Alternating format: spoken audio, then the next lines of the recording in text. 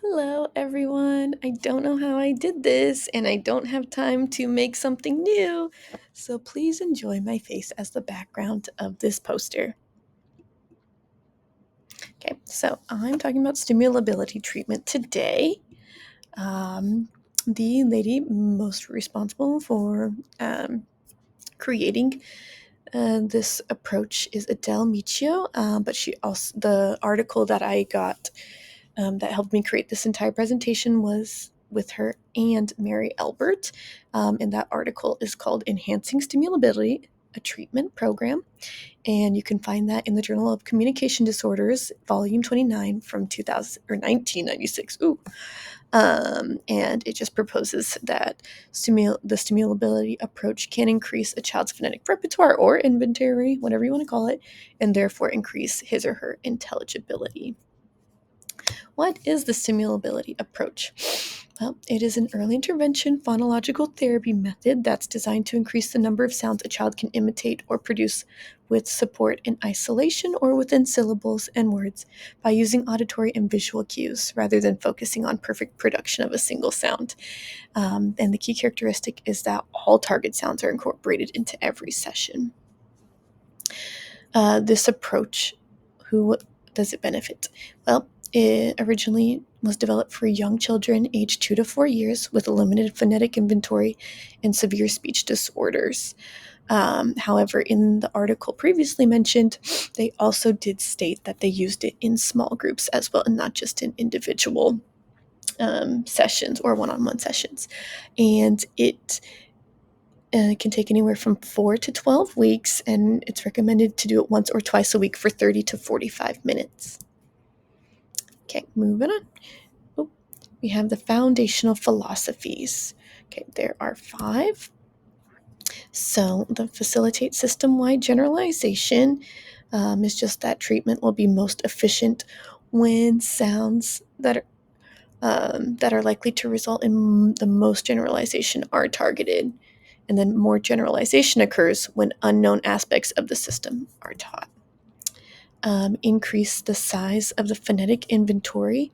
So teaching sounds with less complex phonetic distinctions results in minimal additions to the phonetic inventory.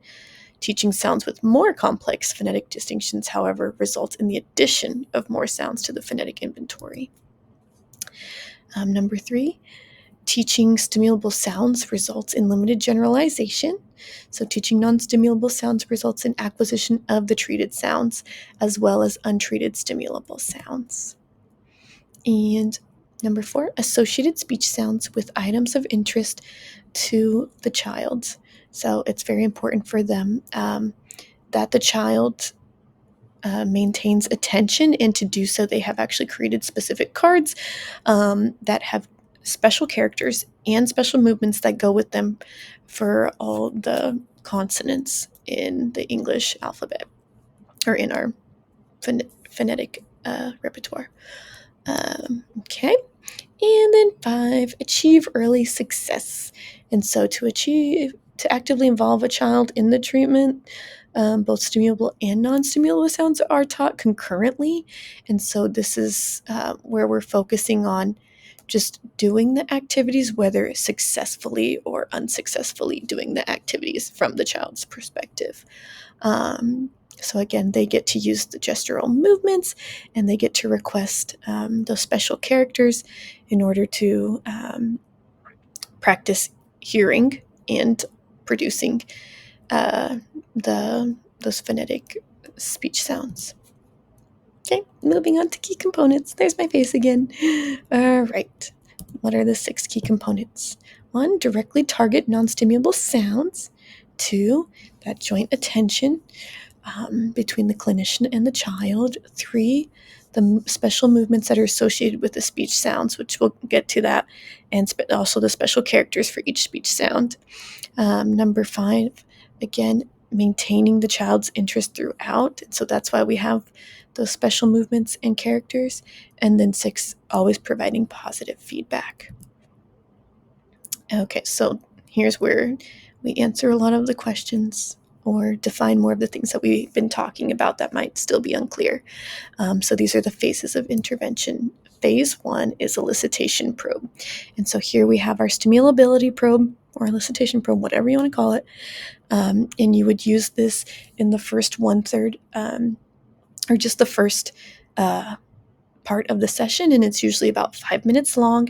And this is actually broken up into thirds.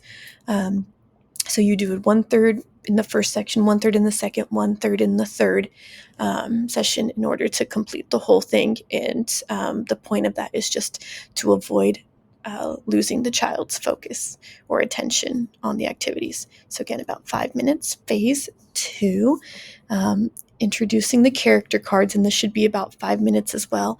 And again, you're more focusing on introducing them to cards where they're lacking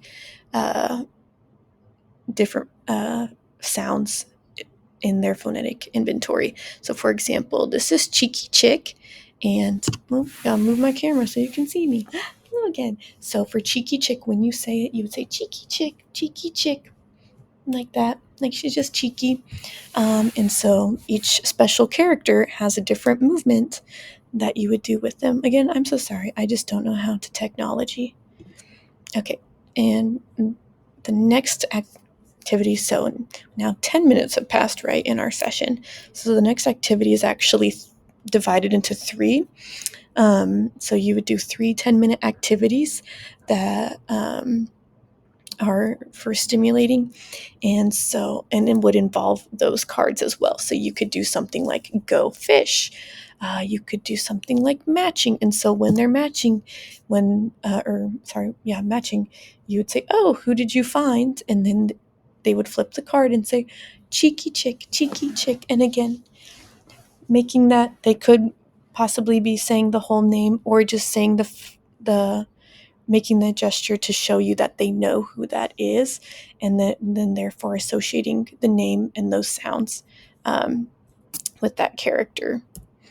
And then 4, and again, this would be like 5 to maybe 10 minutes, and this is generalization probe, and this is where you're actually, it's different from the first probe in that you're actually using real words to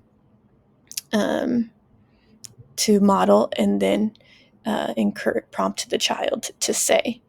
Whereas with the elicitation probe at the beginning, it's broken down with the consonant and a vowel sound in the initial position, and then like in word position and syllables as well. Okay, and that is what stimulability is, more or less. Sorry about the technology, y'all. Thank you.